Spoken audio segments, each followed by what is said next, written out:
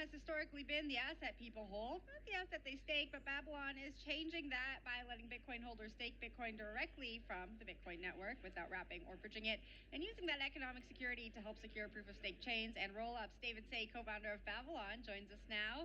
Hey, David. Hello, hello. All right. Ben, nice to meet you. Yeah, nice to see you. Nice to meet you. I've said this a bunch. We are here in Miami. Babylon has a presence here at Consensus. Just talk to us a little bit about what you've been up to so far, what you're looking forward to over the next 3 days. Yeah, so Babylon is about making Bitcoin productive, but not only productive in the abstract, but very importantly, trustlessly, okay? So we don't want any wrapping or any bridging of the Bitcoin to Ethereum, for example. You know what happens when you bridge stuff? So no bridging. And so our first protocol that we launched, you mentioned, is Bitcoin staking.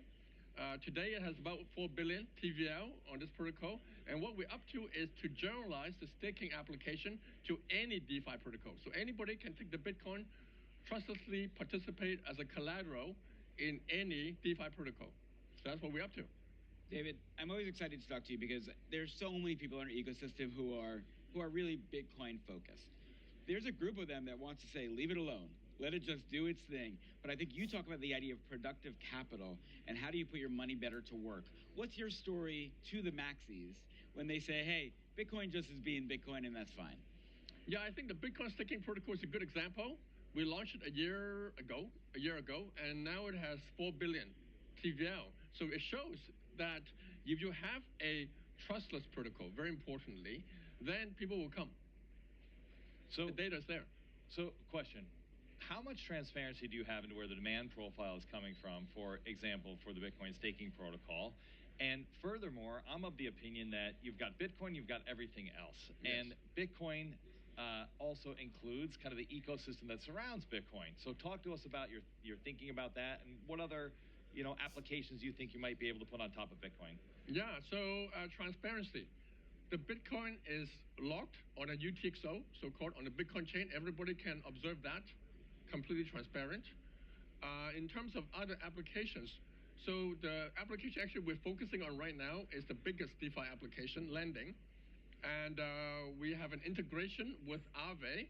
We're working very hard with Aave on Aave V4 to launch a lending pool with Bitcoin, native Bitcoin, trustlessly as collateral, go into the pool and borrow USDC or USDT. So that's what we're focusing on right now. So I'm moving my Bitcoin someplace else, or I keep it in my own wallet, and that's the collateral. Exactly. It's a collateral, and you can your Bitcoin will be returned to you when you return your loan on Aave automatically. And in the bad case, when you liquidate it, it will be liquidated only if Aave says you liquidated. So it's completely following sort of the smart contract. Got it. I want to almost come back to the basics here and ask you, why you think Bitcoin has remained almost underused in capital markets, and what changes when we have Bitcoin being used as a programmable asset? Yeah, I think so far first of all, Bitcoin is very hard to directly program smart contract in Bitcoin because of the limitation with the block space and the language. The scripting language is very primitive. And so therefore, for the Bitcoin to be productive, it has to go into an ecosystem like Ethereum with there's smart contract. But the only way you can go through is through these bridges, wrapped Bitcoin, WBTC, CBBTC, etc. And the data is that less than 1% of the Bitcoin goes through this. And we all know what the reasons are. Bridges have security issues. Also, if you go through a bridge, there's a ownership transfer. You lose title to a Bitcoin, and many people do not want to do that. So our solution is to make this whole process completely trustless. Take away the bridge. And just because you're pointing out something accurate, which is bridges can be exploited.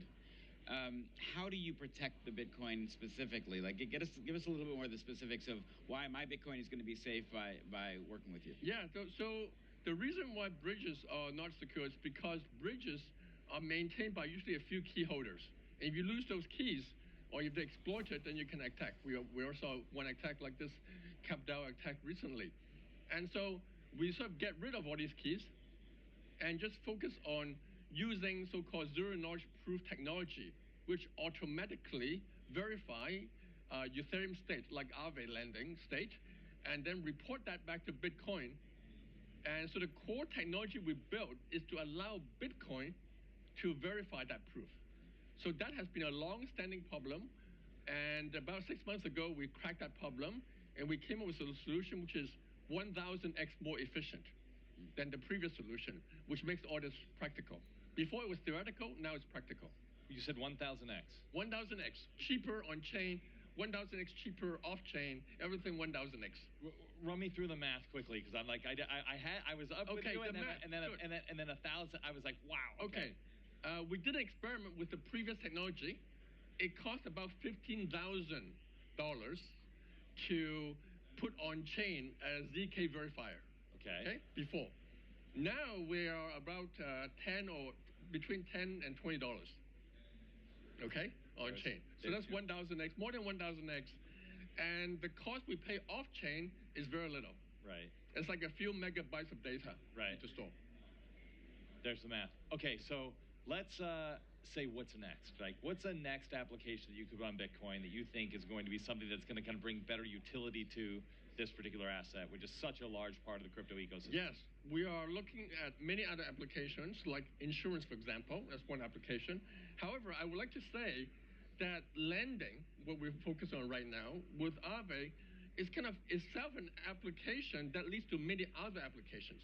Because typically people borrow USDC, USDT to enter into yield opportunity.